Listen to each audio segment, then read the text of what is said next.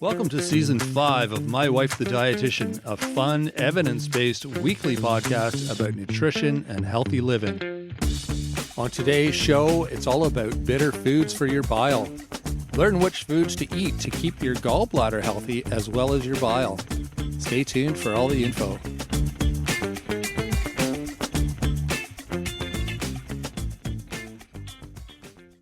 Enjoying the show? You can help others find it and enjoy it too by giving us a 5-star rating or review.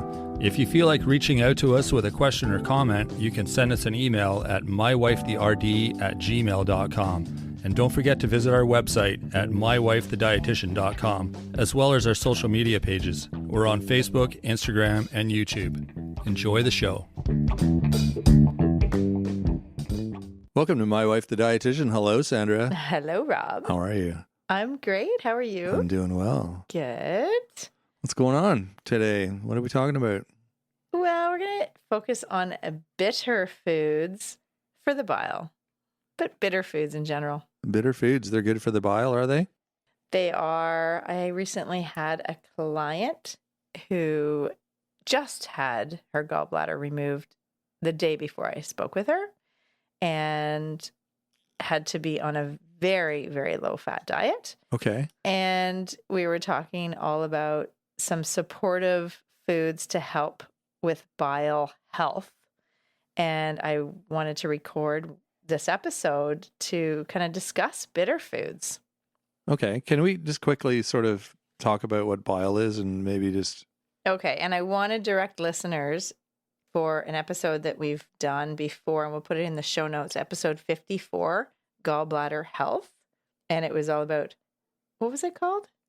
Gallbladders, bile, and smiles. Right. You made a fun... I was in a rhymey mood. You were in a rhymey mood, yes. Make your gallbladder smile. Something like that. Make the gallbladder. And it's like, oh, gall, what the heck? Anyways, so bile is a yellow-green digestive fluid produced by the liver and stored in the gallbladder. And what the bile does is it helps break down fats in your small intestine, neutralizes excess stomach acid, and carries waste products out of the body. Okay. And obviously your diet can affect what the quality of the bile or how it functions or the quantity of it, or yes, like it gets impacted by your diet somehow. Absolutely. And when you eat fats, so, a lot of people are on like a carnivore diet or like lots of fats in their diet. Or junk food diet. Well, just the standard American diet. Yes. Mm-hmm. So when you eat fats, your gallbladder actually has to do some work. It releases bile into the small intestine and it acts like dish soap. It's like an emulsifier. Oh, interesting. To break down the fat into tiny droplets. And then that helps the enzymes digest the fat more efficiently. That's kind of cool. Mm-hmm. But there's lots of components with the bile. So it's mostly water, but it also has cholesterol, electrolytes, bile salts, bilirubin, a waste product from the red blood cells. And the quality of the bile can really impact the quality of your health. I've seen clients who have bile sludge, and their doctor has said, if you don't improve this quality of your bile, you're going to get your gallbladder removed. And a lot of people have already had their gallbladder removed. So they're dealing with no gallbladder. So they don't have any storage for that bile. Yeah. Okay. That makes sense. Do you remember how we talked about the tube of the toothpaste? Mm-hmm. And then the cap? Oh, right. So the cap keeps it in. Right. But when you have your gallbladder removed, the bile just oozes out all the time. So you don't have that cap anymore. So that can cause symptoms for people. Like they can, have nausea and pain if they are eating too many fatty foods. Oh, I see. Okay. So we're totally getting off track here. It's totally linked to fatty foods then, hey? Like that's kind of the trigger for it. That's its purpose. Yes. For the bile too. Mostly. But it's, okay. I just wanted to talk about bitter. So what are the 5 different flavors or tastes that we have? taste sensations. Yes. Well, there's bitter, obviously, and that's one of them. Sour, sour and bitter are different, right? Different. Yeah. Okay. There's sweet, salty, Yes. and what? Spicy? Spicy. Umami? You what? Umami. You my mommy? Yo, you mommy. Yo, daddy. You mommy. What do you mean? What's the fifth one? I thought there was 4. Is there 5? Umami. It's that it's like mushroom, That's a thing? I don't think I've ever heard of that before. I mean, I've heard of it. I just didn't realize it was one of the flavors. one of the 5 basic tastes. It's a pleasant savory taste in Japanese. It's a rich, brothy or meaty sensation that lingers in the mouth, and it stimulates salivation and enhances the overall complexity of the food. I think I would get that question wrong. Okay, it's not a test. No, but if it was a test, I think I would completely not pick that. Okay, you would have said there's 4 tastes. I don't know if that was one of the answers on a multiple choice. I don't think I would have even given that any thought. I mean, what the heck is that? Interesting. Okay. Huh. I thought I knew that. Interesting. So bitter, it helped our ancestors prevent intake of poisonous substances, because usually poisons have the alkaline, it's like a nasty flavor, so they're like, ew, I don't want to eat that. Is that what you mean? Yeah, poison. I see. Okay. Poison. Like the alkaloids are poisonous, so it actually helped prevent people from dying. Having bitter might have been a poisonous substance, and then that would be toxic. So bitter is something that a lot of picky eaters, a lot of people don't like the bitter taste. And there's actually 30 genes responsible for sensing the bitter flavor. Really? Yeah. 30 genes. 30 genes. Wow, that's crazy. Have you heard about people that like cilantro and people that hate it and say that it tastes like soap? I think that rings a bell, yeah. Yeah, and that's partly because of the genes. It's unfortunate because cilantro is delicious. Obviously, you have the gene that you like it. Or I don't mind the taste of soap. Yeah, this could be that. Well, the sensitivity to bitterness, there's non-tasters, so they have little or no sensitivity. There's super tasters where they have a very strong reaction to bitter tastes. And then there's the tasters, and they have an in-between response. Cool. Mm-hmm. So I think a lot of picky eaters, kids especially, often their sense of taste is heightened, and it protects them. Evolutionarily, it protects them from being poisoned. So bitter is something that it's one of those, it's a flavor that you come to appreciate over time. And they've shown studies that with rats, if they give them bitter flavors, their saliva actually changes and they start to enjoy it more and eat those foods more often. So one takeaway message from this is if you start to eat more bitter foods, that actually helps your body, your sense of taste, appreciate bitter foods. And the thing is, bitter foods have a lot of benefits for our health. All right. Well, let's have it. Well, they do improve digestion. So what happens is it activates the bitter receptors in the mouth, and it signals the digestive system to ramp up bile production. Oh, interesting. Okay. And that helps facilitate the breakdown of the fats. So that's how it helps with digestion. Interesting. And that's why actually they talk about eating it before a meal. So having arugula, rocket lettuce, which is bitter. And we'll talk about the actual types of foods to include. But having a little bit of that before a meal actually primes your digestive tract to help with digesting the food. Right. I see. Okay. And you're talking about the fats that are in whatever food you're eating. Yeah. Okay. Exactly. So some of the health benefits to the bitter foods can relate to protecting against cancer, It's a big one. helping with heart disease prevention, Also a big one. diabetes, and inflammation. Yeah, they're all good things. Absolutely. Some of the components in bitter foods. So, for instance, when we were talking about cruciferous vegetables, Mm-hmm. those are bitter, right? Yeah, I would say, yeah, they're not umami or whatever that meaty flavor was. They're not sweet. They're not sour. And they're not salty. They're not salty. So, what are some cruciferous vegetables? Broccoli, cauliflower, Brussels sprouts. Yep.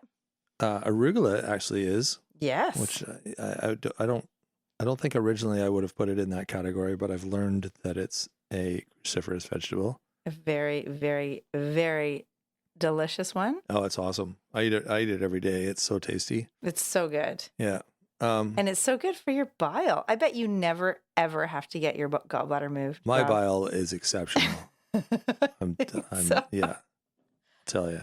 It is. I'm It really sure. is, I'm yeah. sure because you have a good quality bile. Thank you. Because you know what you're just appreciate drinking that. right there? What am I drinking? It's actually bitter. Oh yeah, it's my red wine. You know what? It is Some of bitter. the most common beverages in the world are bitter foods for your bile. What do you think they are? But we're not telling people to go out and start drinking a bunch of red wine. Okay, so that's one, but what's the other ones? The common ones. Oh, In the world. coffee. Yes, Coffee and tea are bitter. green tea. Yeah. Green tea and coffee are some of the most common beverages, and actually it helps the quality of your bile. Because I drink those as well. Yes. Man, yeah. Yeah, and especially if it's like not done up with a bunch of sugars, right? Yeah, which I don't do. Right. That's very good. Well, thank you. But yeah, so the greens, so arugula, endive, radicchio, radishes, those are all bitter foods, cruciferous vegetables. The cool thing is they actually offer liver support. So I said improved digestion. That's one benefit, but also liver support. They help your liver do its job.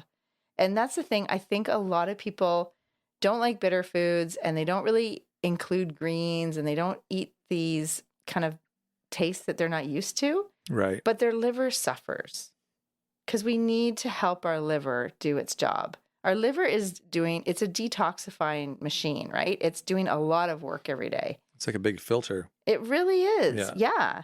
So there's something called you've probably heard me talk about this, glucosinolates. I've actually seen that word. Oh, yeah. good. Yeah. I think we've mentioned it before, but I've seen it somewhere too. Yeah. So the glucosinolates help the liver enzymes process toxins to actually reduce negative health effects. Okay. So when you're helping your liver work more efficiently and better, then that's going to affect your overall health. Right. Right? So the glucosinolates are in cruciferous vegetables.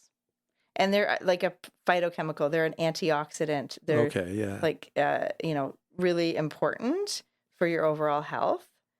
And you know what is the ripple effect to this? No, I do not. Okay. So we've got improved digestion because we are activating the bitter receptors in the mouth, and this signals the digestive system to ramp up bile production to help facilitate the breakdown of fat. These foods also have the glucosinolates, which are supportive to the liver to help the liver enzymes process toxins to reduce the negative effects. Right. And the ripple effect is it actually helps our cholesterol levels, like balance our cholesterol levels, and it removes excess cholesterol from our body. Well, that makes sense. Yeah. Yeah. Yeah, because our liver does that work, right? So there's like the HDL and LDLs, and I don't know, we've probably talked about this in other episodes, but like the LDL is like the lousy or like the one that you don't want too high. And then the HDLs are the healthier cholesterol that we want more of because they're like the little the little garbage trucks that go around your arteries and help bring the cholesterol to the liver to dispose of it. Okay. So the bitter foods for our bile helps with balancing the cholesterol levels. And so that we have adequate bile flow, and it helps remove those excess like bad cholesterol from the body. Right. And that contributes to a healthier lipid profile and reduces our risk of cardiovascular disease. Okay. And reduces your like need for like statin medications and cholesterol lowering medications. Yeah. Yeah. So you can do it with diet, people. You can do it with what you're eating. With food. We can do it with what we're eating, because I just talked to someone today who, is on a statin medication. He's trying to eat better. And he did take away from me the other day the fact that I said, include some greens in your diet, like leafy greens would be great. And aim for 5 cups of non-starchy vegetables a day, which seems like a lot, but it does help. And if you have bitter foods, like if you have some of those arugula, like maybe radishes, the cruciferous, like the broccoli, the kale, the cabbage, if you can have 5 servings per week, that's going to really help your liver health. It's going to help digestion. It's going to help balance cholesterol levels. It helps your bile quality so that it can prevent gallbladder issues. And because we know also with the advent of GLP-1s, so many people are taking these Ozempic and GLP-1.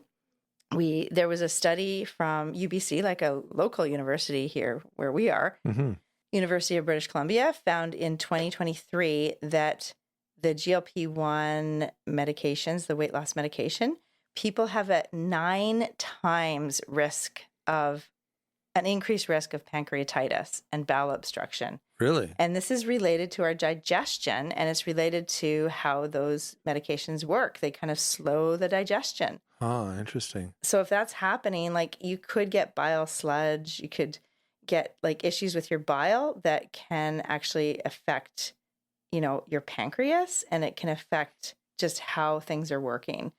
So, I haven't mentioned, and the number one thing that everyone should know about their bile health is fluids. You need to drink enough water. You need hydration. You need lots and lots of fluids. To flush everything. Just to have, To lubricate every system in your body and to flush all the stuff out that's getting processed and filtered and exactly. Yeah. Exactly. Makes a lot of sense. That's the thing. The gallbladder sludge, or the bile sludge, is a thick mixture of bile with cholesterol crystals, calcium salts, and it's basically the bile is sitting in the gallbladder too long. So, and if it doesn't have enough fluid, if there's not enough fluid on board, that can be sludgy, right? I'm picturing sludge in, I don't know, in your eaves trough, in your gutters. Exactly. Yeah, you got to get the hose running up there to move things along. That's right. So there is ripple effects of not drinking enough fluid. It's really important. And, as people age, they lose their thirst receptors after age 60. So we start to not feel thirsty. And so we're not drinking enough fluid. And if you're sweating, if you're just going about your day, you might not be getting enough fluids over the day. So that can contribute to inadequate bile and affecting the quality of their bile. You know what else I've noticed too with my parents, who are, I would say they're quite elderly, in their 90s, but they don't like to drink water because it makes them have to pee. And yes, going pee when you're an older person is an event. It's a big deal. They're like, I have to get up from my chair, which is a big deal. I got to walk down to the bathroom, which is a big deal. It's the whole process is overwhelming to them. So they just don't want to drink and fill themselves up with fluid, especially, True. Late in the day, because then they have to get up at night and all that. I'm like, gosh, that's, these are things you don't really think of when you're young. Oh yeah, But so true. I'm like, yeah, I don't know. How do you argue with that? It makes, I get it. But at the same time, I'm like, yeah, but you need to be hydrated for a whole bunch of good reasons. Yes. But, Yeah, I understand their reason to not want to drink water too. I know. And I think front loading like throughout the day and like stopping drinking fluids at around 6 p.m. is kind of a good rule of thumb to help with having to get up, so you don't have to get up in the middle of the night to pee. Yeah. Because that's it is an issue. I have another question too. We were talking about cholesterol and maybe I don't know if there's an answer to this, but you're talking about HDLs are the good cholesterol and LDL is the bad one. Well, that's a simplified, but yes. Yeah. When you sort of have a good diet that impacts your cholesterol in a good way, is it lowering one or is it raising one or is it doing both? Or is there certain foods that do one and certain foods that do another? Great question, Rob. Oh, wow. Thank you. Yes. So the LDL, the lousy cholesterol, is directly related to how much fats we're eating, like how much fat we're eating. Okay, yeah. Especially saturated fat. Like mayonnaise and salad dressing and all the things that say fat on the food label. The marbling in the meat, the for skin sure. on the chicken. Butter and all that stuff. And Yeah. So, those are okay to include, but just watch how much. And, right. If someone's trying to watch their LDL, then watch how much gravy you're using. Like maybe stick to 6 teaspoons of added fat a day. So 2 teaspoons per meal is a good rule of thumb. Mm-hmm. And also just watch the cut of meat. Like don't use the regular, use the extra lean and use the, leaner meats like chicken, turkey, fish is usually good. Right. For, healthier fats like the omega-3 fats. So yeah, it absolutely affects your cholesterol profile, and the HDL are more linked to your activity level. So if you can be working out and exercising and walking and whatever way you move your body, that will help improve your HDL. You're healthy. Okay, interesting. So those are, that's like a bit of a lowdown on the cholesterol.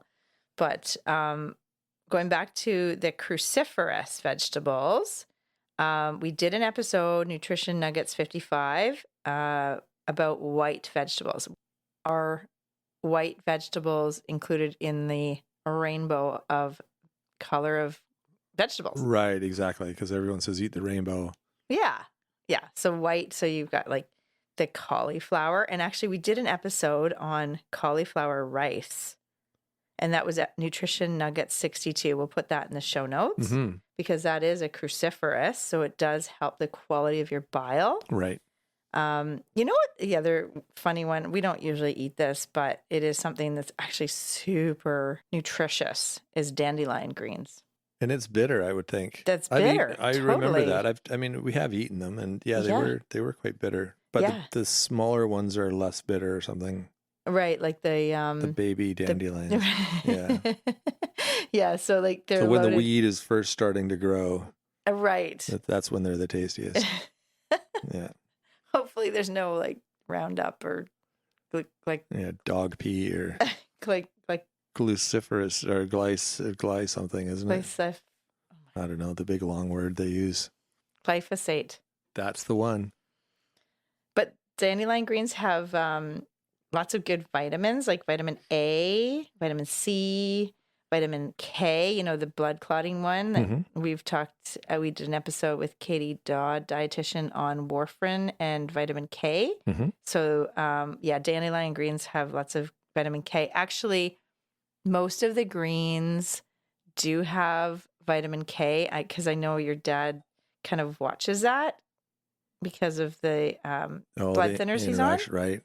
So, that is something to be aware of if you are having a lot of broccoli or green leafy vegetables. That can affect your blood clotting and the vitamin K because they're high in vitamin K. So the recommendations are to have a consistent intake of vitamin K rich foods and not like have a bunch one day and none the next day, a bunch, because that can really affect your INR lab work, your where they measure your blood, how viscous your blood is. Okay, interesting, yeah.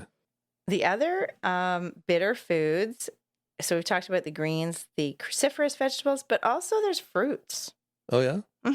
Something you put in your oatmeal every morning, I think, sometimes. And I just had some with my cranberries? Yeah, I was thinking of, grapefruit is very bitter, but cranberries are, they're quite bitter.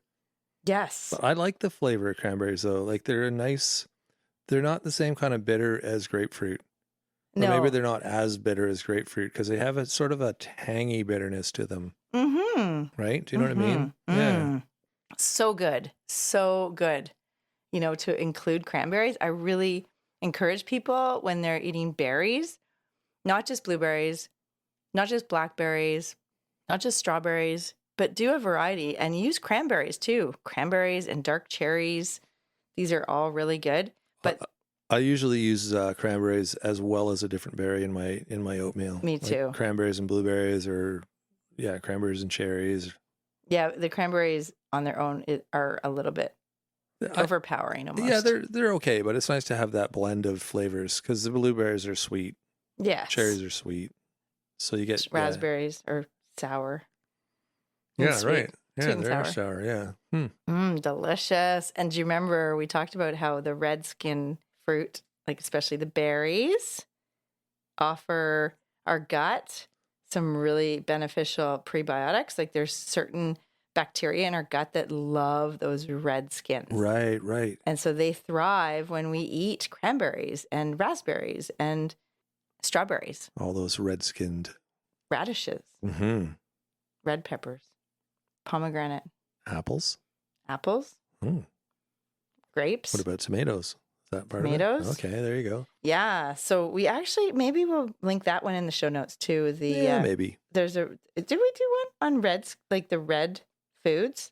Oh, it sounds familiar. Dark-skinned vegetables, I think it was, wasn't it? Like blue and purple and red. No, because it's red is it's a specific bacteria that can thrive versus blueberries, which are purple, which are great too. Like it's a different bacteria. That's why that's the other episode that I really am going to link, the variety. You want lots of variety of plant foods because you're getting all those different colors. And that's why like the rainbow, we talk about rainbow because you're getting different benefits from the different skins and that's the different colors. Yeah. There you go. So that was episode Nutrition Nuggets 128, would it be? 128?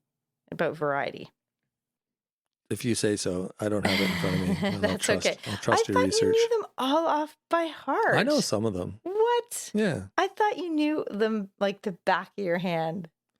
Well, I used You're pretty good. I know. But now there's hundreds of them. So my memory only goes so far. I've tapped out.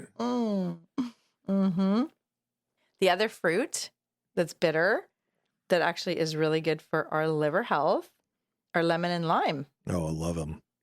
Like the skins of them, like the citrus peels. I just eat the whole thing. Do you really? I do. You eat the whole thing? The whole thing. Like a lemon? A lemon. Well, like you get a slice of lemon, I'll eat the whole thing. I won't just like eat the thing and throw the peel away. I'll eat the whole thing because the peel is really tasty too. Good for you. See, your bile is probably in such tip-top shape. Yeah, well, I don't do it all the time, but the lemon peel, unlike say like an orange peel or a grapefruit peel, the peel isn't bitter. The lemon? Yeah, it tastes just like the lemon. Wow. It's just a different texture. Oh, so interesting. Yeah, it's really, because I accidentally did it one time and I'm like, oh, this is pretty good actually. And so then I just started eating the whole thing. Oh my gosh. Okay. I know, right? Crazy. It's funny because when I do the grocery tours with the elementary school kids, and we did one recently with the Girl Guides. So they were age 7, 8, but some kids, they put their hands up and they're like, I eat a whole lemon. My mom thinks I'm crazy. And I'm like, oh, wow, good for you. That's awesome. It'd be funny to pick one up and just eat it like an apple. Yeah, I don't think anyone is doing that, but you're not talking about that, right? No. But I'm just thinking now that would be kind of funny. My dad said that when he was young and they used to go to see the bands, there'd be like the live band, like, I don't know, like Lawrence Welk kind of band or whatever they had back in the 50s, That's like a long time ago. But yeah.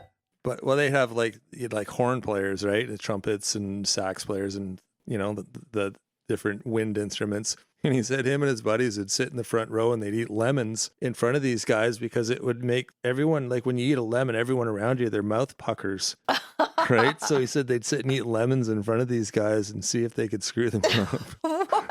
No way. Yeah. That's hilarious. Yeah, that's funny, right? So, I mean, that would be where you take a full lemon and just take a hunk out of it like you're eating an apple. They'd be like, oh, blah. That's a creative prank.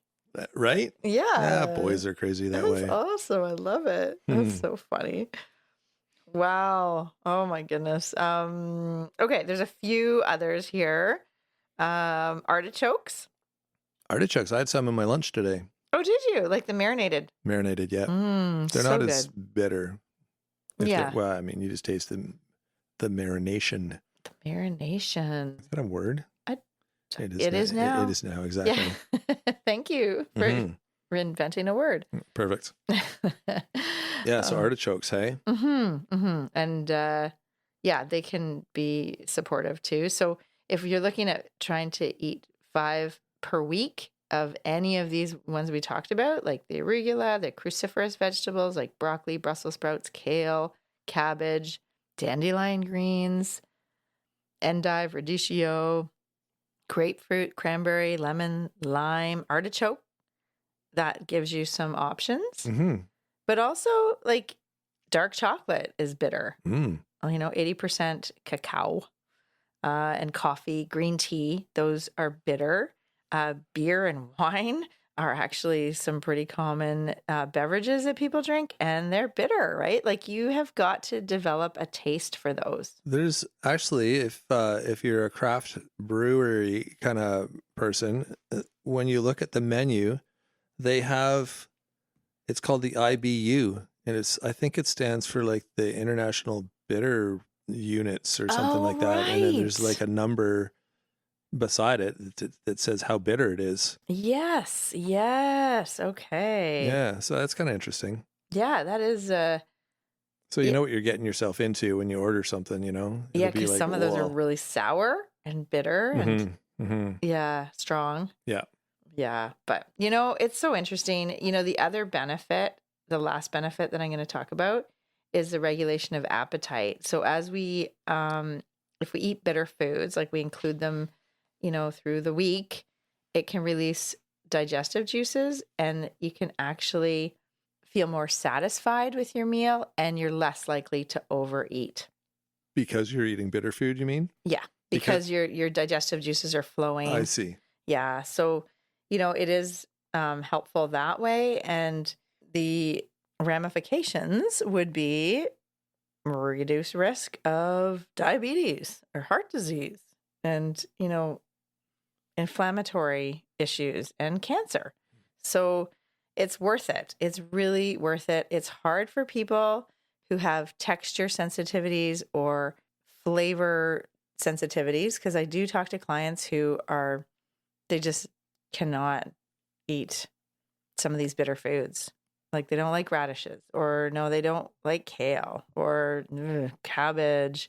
They don't want arugula because for whatever reason, you know, and if you start to introduce these foods, your saliva actually changes and you actually get accustomed to some of these flavors, and it's worth it while for your bile health. And it sounds so weird, like whoever even thinks about their bile. Right. But you think about it when you have to get your gallbladder out, or if the doctor says you have bile sludge, and if you don't improve the bile health, you're going to have to get your gallbladder out. And it sucks. You know, my client, she's got to be on a very low fat diet. She can't even have peanut butter right now. Really? Yeah. Wow. And I mean, eventually she'll hopefully be able to eat everything, but it's quite restrictive, and it's better to prevent these kind of issues than to have to deal with them. And I think when we talked about the bile and smiles, that episode, the fertile females over 40 was kind of like, it's like an old school medical kind of. Sounds like a women's baseball team. Right? The slow pitch league, the softball or whatever. They always got those funny, crazy names. I know, but I mean, that's like, I think it's a profile for people that tend to have to get their gallbladder removed. Oh, is that right? Yes. Okay. So, and we did talk about that on that other episode, fertile females over 40. So trying to include these bitter foods, having lots of variety of plant-based foods, it helps you improve your digestion, it helps with liver support, helps balance your cholesterol levels, and regulation of appetite. So all these things are really good and help with your overall health.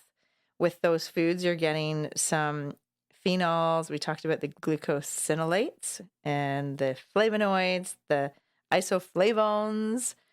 These are all like phytochemicals and some of the elements in the plant foods that are very protective to help prevent like against cancer development.